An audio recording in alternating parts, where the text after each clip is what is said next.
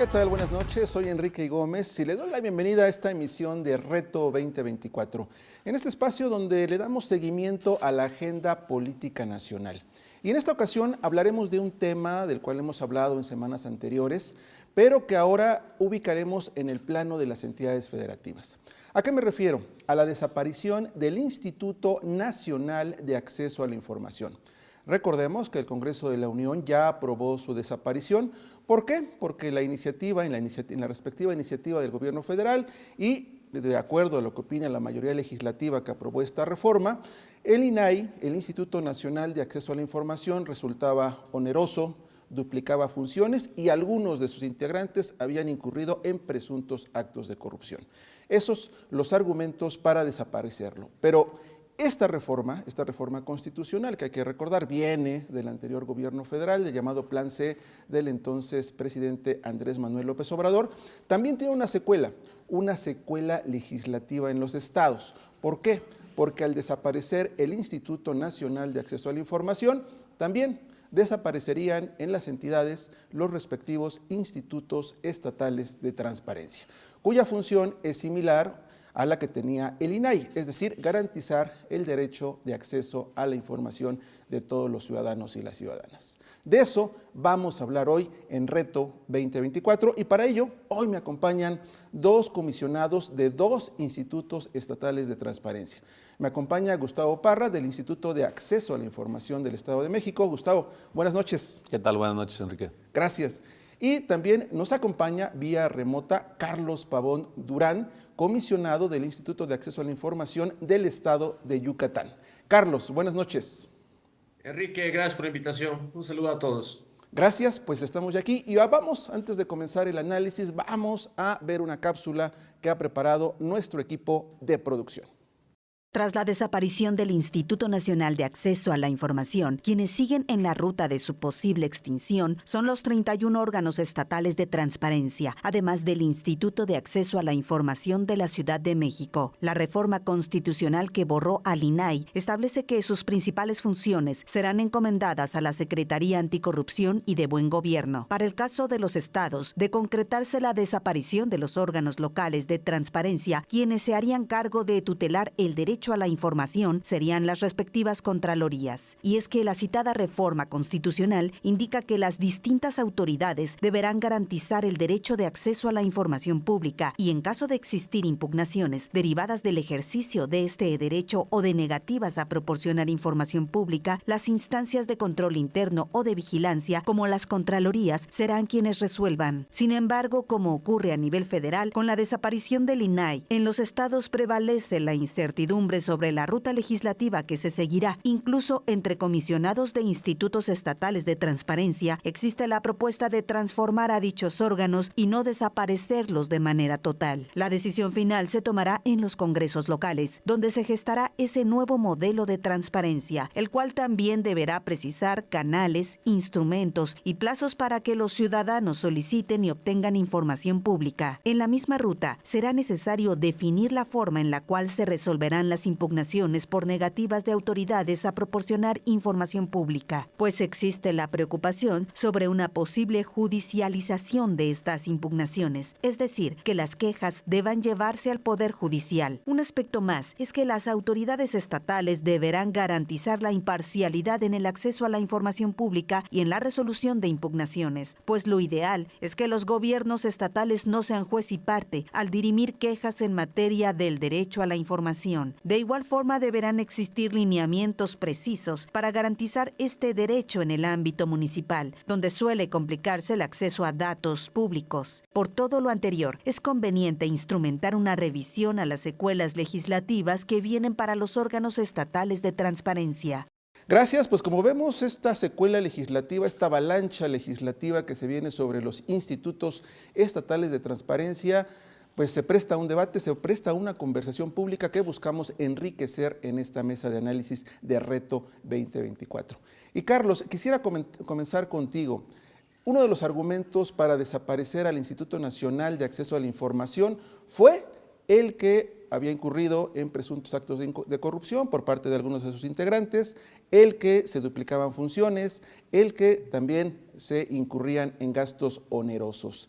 ¿Esta situación también habría ocurrido, se habría presentado en los respectivos institutos estatales de transparencia o cuál es tu visión? Gracias, Enrique. Fíjate que yo sería de la opinión que no es así. Fíjate que los estados traemos un dinamismo completamente distinto a lo que sucede en el Instituto Nacional de Transparencia.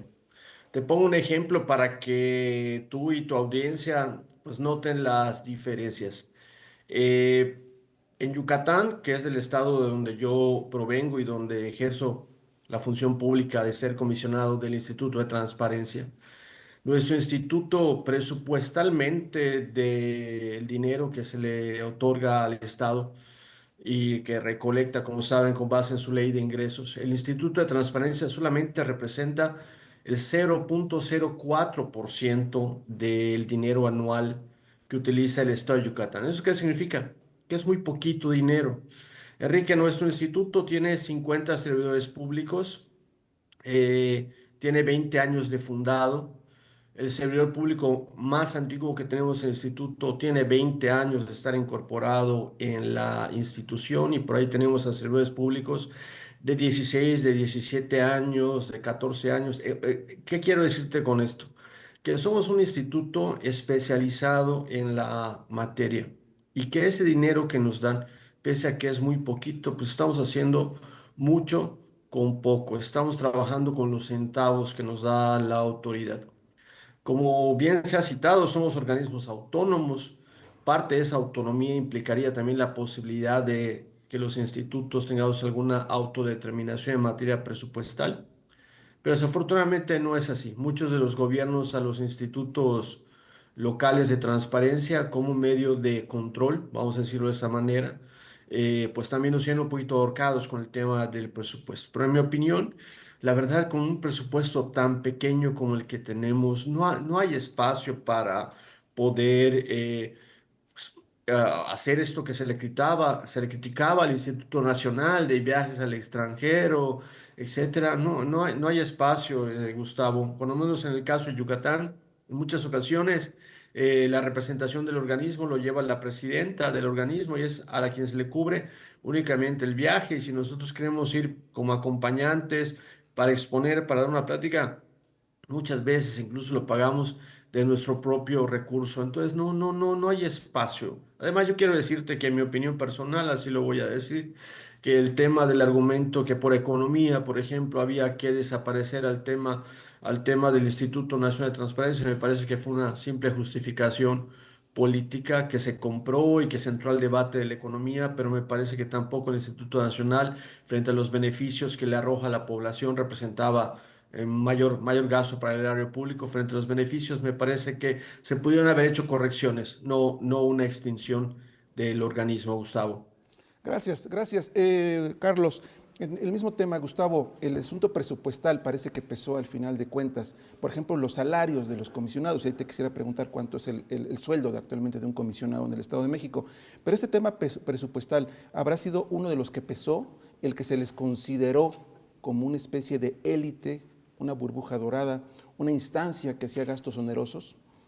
Pues me parece que es, como dice Carlos, una justificación, porque en nuestro caso el Estado de México tiene un presupuesto de más de casi 500,000 millones de pesos al año y nosotros tenemos 230 millones.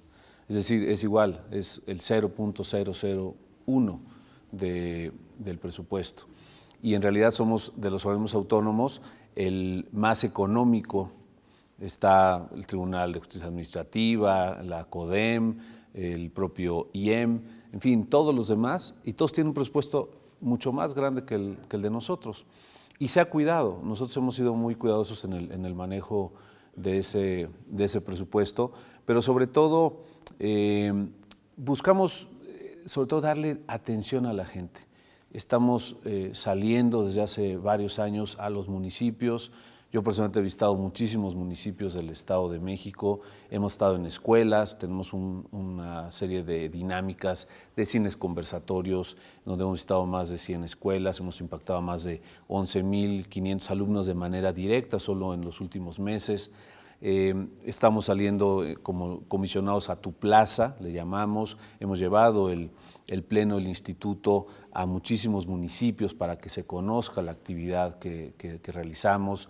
Hacemos el monitor por la transparencia, que es trabajo con los más pequeños, los niños, en las escuelas, que sepan sus derechos, tanto de acceso como de protección de datos. Incluso hicimos una red mexiquense de rendición de cuentas y combate a la corrupción, donde están organizaciones, en fin, hemos estado haciendo muchas cosas. El tema del salario es prácticamente igual al de la gobernadora y estamos abiertos, por supuesto, a ajustarlo. Es del nivel de subsecretario, entiendo. O sea, Exactamente. ¿aproximadamente de cuánto es? Es como 104, más o menos. Netos, mensuales. Así es. Entonces, en realidad es un tema que si en serio se ajusta, pero estamos dentro de los parámetros del propio gobierno del Estado.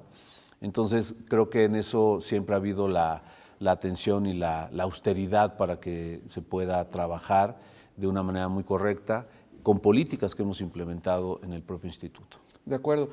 Carlos, preguntarte también este tema. El tema presupuestal también fue importante para la discusión de esta desaparición del INAI. En el caso de Yucatán, ¿cuál es el salario de un comisionado del Instituto de Acceso a la Información? Y si insistirte un poco, si ese tema no fue el que pesó al final de cuentas. Obviamente, si lo comparamos con el presupuesto estatal o el presupuesto global, pues viene a ser una cantidad menor. Pero me parece que era un tema más de percepción de la ciudadanía, que parecería que los comisionados ganaban mucho. No sé si coincidas con ello. No, coincido completamente. Fíjate que no hay un tabulador nacional que regule a los comisionados de los estados. ¿Eso qué significa? Que pese a que ahora sí hay una coincidencia entre lo que Gustavo acaba de citar como sueldo, es el mismo que nosotros recibimos en Yucatán. No obstante eso, no hay un tabulador nacional. Eh, Cuando escucho incluso lo que Gustavo recibe en su estado para trabajar durante el año, en Yucatán nos vamos de espaldas. Nosotros solamente recibimos 24.400.000 pesos para ejercer en el año y tenemos 106 municipios. Por citar solo los municipios, nosotros tenemos más de 350 sujetos obligados. Nosotros atendemos, tanto nosotros como Gustavo en su instituto, todos los estados, la República, tienen, vamos a decir, un abanico de sujetos obligados para que tu audiencia entienda un poco mejor este término. Son a las personas jurídicas, a los entes que reciben dinero público. Entonces, al recibir dinero público, tienen que transparentar el uso de ese dinero público. Estamos hablando de, desde luego, repito, los municipios de cada uno de los estados.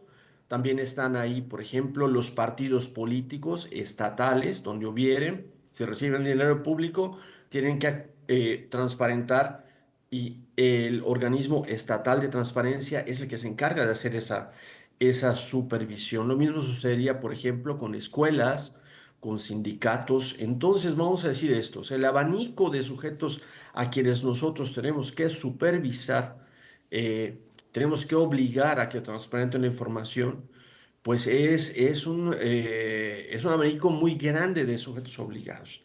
En ese sentido, pues habrás escuchado ahora de los números, las tremendas diferencias que existen en un estado frente al otro estado en el ejercicio de los recursos, lo que reciben. Si bien los sueldos son bastante similares en términos nacionales, el promedio ronda lo que Gustavo y yo ganamos, más o menos 100.000 mensuales, pero con independencia de eso, lo que sí efectivamente afecta mucho es el presupuesto que se le da a cada una de las entidades para el ejercicio de sus funciones. Ahora, o sea, te repito el argumento, o sea, el INAI debió de haber sido sujeto a una serie de ajustes, incluso en materia presupuestal, pero no pensar en una extinción, más de la manera en la que legislativamente se está planteando, porque tú desapareces al INAI, desapareces a los organismos de los estados y estás borrando lo que es un tema muy importante que también Enrique Gustavo seguramente hablará de eso ahora, el Sistema Nacional de Transparencia, que es un pilar importantísimo, reconocidísimo a nivel internacional, ¿no? Entonces, ese Sí. era mi comentario ahora. Hablábamos sobre las fallas, sobre lo que había ocurrido, tanto al INAI y también que pudiera estar ocurriendo también para el caso de los órganos estatales de transparencia. Pero me gustaría profundizar también en una crítica que se ha hecho a los órganos estatales de transparencia y al propio INAI de que en determinado momento fueron capturados por los partidos políticos. ¿A qué me refiero? A que fueron producto de cuotas políticas o cuotas partidistas. ¿Qué opinión tendrías de ello, Gustavo? Muchas gracias. Pues me parece que ha habido una conformación, digamos, reflejo de la propia representación de la sociedad mexiquense. En nuestra última, digamos, integración como pleno, que fue en el 2021, el acuerdo fue unánime de todos los partidos políticos, lo cual implica que hubo finalmente no solo una convocatoria pública, hubo un análisis, hubo entrevistas y hubo una decisión sobre los perfiles que se consideraron los idóneos, los perfiles autónomos. En ese momento también ya nadie era militante de ningún partido político. Es decir, creo que fue muy importante que se pusiera a la vista de todos esa decisión y que fuera por unanimidad, en donde, por ejemplo, ya había incluso una mayoría del partido hoy gobernante. Entonces, digamos que ha sido una integración, reflejo de esa sociedad, pero sobre todo yo pondría el énfasis en la parte de especialización. Y en eso no ha habido incluso temblor cuando se ha tocado algún tema y se ha tenido que resolver. Te pongo el caso de los CUSAEMS, que en su momento se abrieron, cuando era un tema vedado, parecía que era un tema tabú, se conoció la información. Los expedientes del caso del feminicida Atizapán, del caníbal, igualmente, expedientes donde había una gran resistencia de la autoridad, de la fiscalía, de otras instancias, y se tomaron decisiones porque era lo que mandaba la ley y lo que la ciudadanía le interesaba conocer. Y casos de ese tipo ilustran y se pueden revisar cada una de las decisiones de nosotros, de cómo ha sido la decisión y donde ha habido una apertura. Más del 70% de nuestras resoluciones son a favor de la ciudadanía. Y que ahí juega un papel importantísimo el ciudadano, la ciudadana, que solicitan información. Me parece que esta dupla de ciudadanos interesados en la transparencia y instrumentos para acceder a la información son fundamentales. Carlos, preguntarte sobre el mismo tema, en el caso del Instituto de Yucatán, de acceso a la información de Yucatán, también se ha comentado que estos institutos pues sirvieron o sirven para poner límites al propio, en el caso al propio gobierno federal o a los gobiernos de los estados. En el caso de Yucatán, el Instituto de Acceso a la Información sí ha sido un dique, sí ha sido un límite, sí ha sido un órgano de control que regule adecuadamente el acceso a la información por parte de los ciudadanos y les garantice ese derecho. Desde luego, fíjate que la ley le permite a las autoridades poder hacer algo que se llama como una reserva de información, en la cual pueden ellos decidir a modo propio, decir esta información no la entrego y la voy a reservar por X tiempo porque pensamos que en el argumento de ellos que es de seguridad nacional. A los organismos de los estados nos toca también, la ley nos da la facultad de revertir esas reservas de información para poderle entregar. En el estado de Yucatán ha sucedido que, por ejemplo, hubo una contratación en el municipio de Mérida respecto a unas luminarias que causó mucha controversia, incluso llegó a tribunales a través del Instituto de Transparencia. Toda esa información se abrió a la consulta pública cuando había sido reservada. O sea, en ese sentido, la realidad es que en Yucatán, por ejemplo, los comisionados que desde hace 20 años hemos sido nombrados por el Congreso del Estado, pues en Yucatán han habido cambios políticos. Estuvo gobernado el PRI, el PAN, el PRI, el PAN, ahora Morena. O sea, no hay manera de que los funcionarios públicos que conforman parte del organismo de transparencia tengan una carga política. Yo creo que el decir que los comisionados, que somos todos ciudadanos, conformamos agrupaciones políticas, me parece que es una excusa más que motiva la desaparición de los organismos autónomos, pero no es algo justificado, así lo vería yo. Gracias, gracias Carlos. Y ahora pasemos al tema de lo que va a pasar. ¿Cuál consideras, Gustavo, que debe ser el diseño de ese nuevo modelo de transparencia, no solo a nivel nacional, sino a nivel de los estados? donde se establece que también los órganos estatales de transparencia desaparecerían y sus funciones pasarían principalmente a los órganos de control o de las contralorías respectivas. ¿Cuál consideras que debe ser ese nuevo diseño con el fin de asegurar algo que hemos platicado durante toda esta mesa, que es garantizar el derecho de acceso a la información de los ciudadanos y las ciudadanas, independientemente del instrumento institucional que se tenga? Creo que es en lo que hay que centrarnos. Me parece que aquí en el Estado de México se ha tenido una gran unidad y sobre todo un trabajo de colaboración conjunta, por ejemplo, con la Secretaría de la Contraloría, para el caso del enfoque anticorrupción. Creo que por ahí se pudiera trabajar. El 116, como está quedando en la reforma constitucional, establece que se establecerán, digamos, instancias homólogas en las áreas de vigilancia y contraloría. Perfectamente pudiéramos trabajar con la Contraloría de una manera más puntual en ese sentido.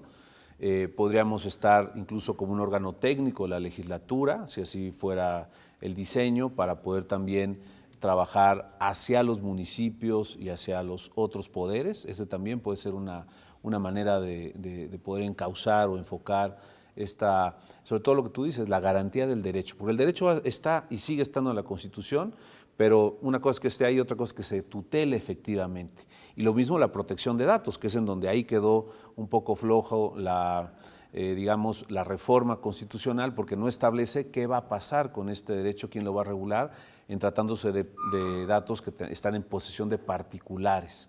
Y ahí tendremos que trabajar también para ver, por un lado, la protección de datos en el ámbito público, todos nuestros datos que le damos al gobierno, cómo poder garantizarlos y cómo supervisar la cantidad de bases de datos, más de 15,000 bases de datos que tiene los entes públicos, los más de 430 sujetos obligados que tenemos en el Estado de México.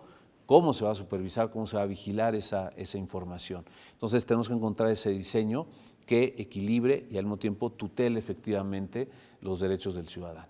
Gracias. Y Carlos, la misma pregunta. ¿Cómo crear o cómo diseñar ese nuevo instrumento institucional o ese nuevo modelo de transparencia en las condiciones actuales? Sobre todo para algo muy importante, que es seguir normalizando el que los ciudadanos pidan información pública. A mí me encantaría, Enrique, que estos legisladores que están haciendo estas normas nuevas escuchen a los ciudadanos. Eso para mí es muy importante. Nosotros como comisionados de los estados, Gustavo, un servidor y un grupo más de compañeras, compañeros, estuvimos en diálogos con los diputados federales, con los senadores. Créeme que es preocupante que muchos de ellos no escuchan, Enrique, y creo que deberían de permitir que personas que tienen el conocimiento técnico en las materias que garantizan estas leyes que se están modificando, pues permitan que se acerquen a dar las asesorías que correspondan. El artículo 116, que Gustavo ya citó, es el que viene a romper el pacto federal cuando un organismo federal borra a los organismos de los estados. Pero fíjate qué delicado, el artículo 116, como finalmente lo aprueban los senadores y ahora está recorriendo la República para buscar 17 estados a favor para que ya quede firme y vigente la reforma constitucional, dice que las constituciones de los estados adecuarán su marco normativo a la ley secundaria federal. O sea que estamos atrapados, Enrique, estamos atrapados porque lo que el propio Poder Legislativo Federal haga en su ley secundaria es lo que necesariamente los estados tienen que seguir.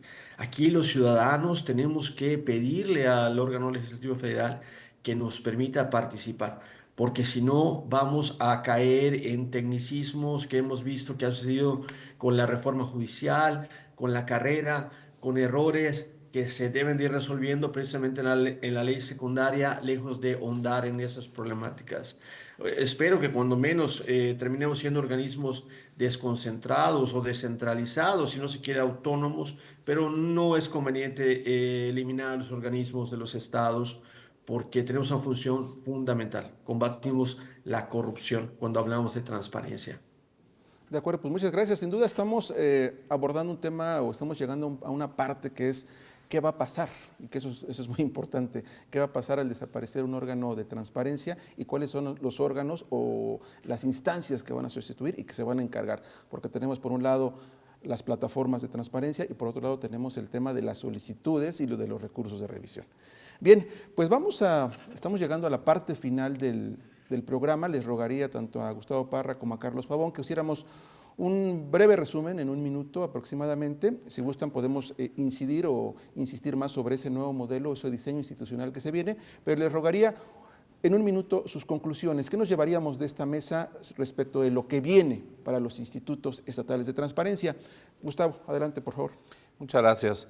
Pues me parece que los órganos de transparencia y protección de datos personales son esenciales para el fortalecimiento de la democracia.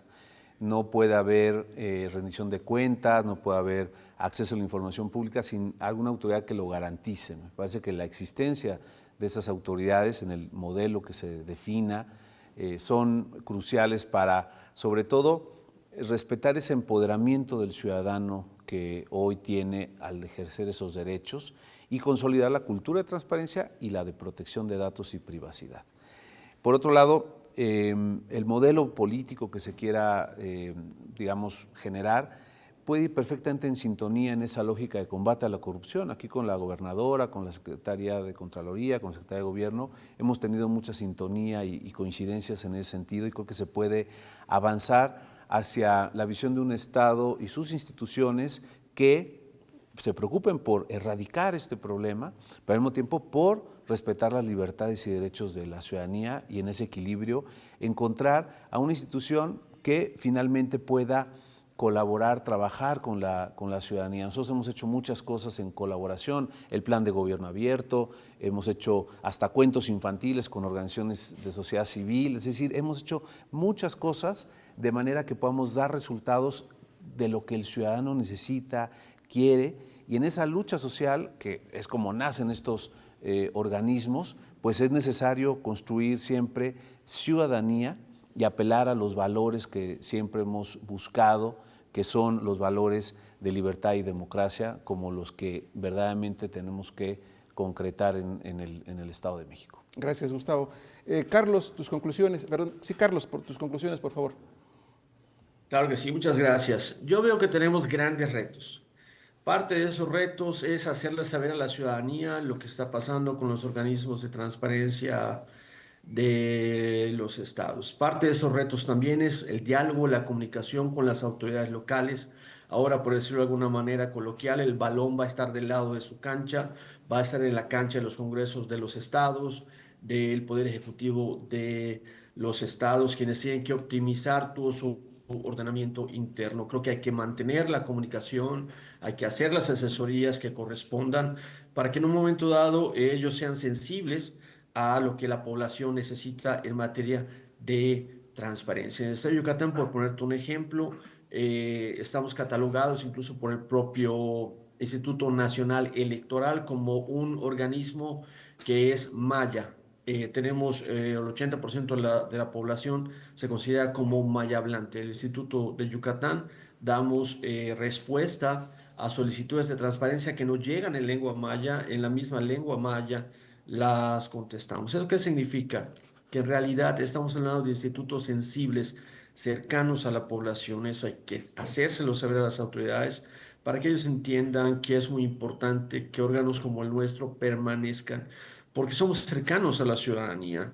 Enrique, imagínate que pidas información pública, que la autoridad te la niegue y que luego tengas que litigar como si se tratase de un divorcio, como si se tratase de una multa que estés impugnando, etcétera, y te lleves año y medio, 2 años litigando frente a la autoridad para que te entreguen información. Eso no es acercar la justicia, eso no es acercar el servicio público a la ciudadanía. Hay que mantener institutos, hay que mantener, pues, si no institutos autónomos y estructuras que permitan resolver con prontitud las solicitudes o negativas de entrega de información pública a los ciudadanos. Creo que eso es fundamental y tiene que ser a través del diálogo con las nuevas autoridades. Así lo veo, es un gran reto, pero hay que ser muy puntuales en ese diálogo. Gracias. Gracias Carlos por tus conclusiones y pues estamos concluyendo este programa. Queda claro que viene un gran reto para cumplir con esta tríada democrática.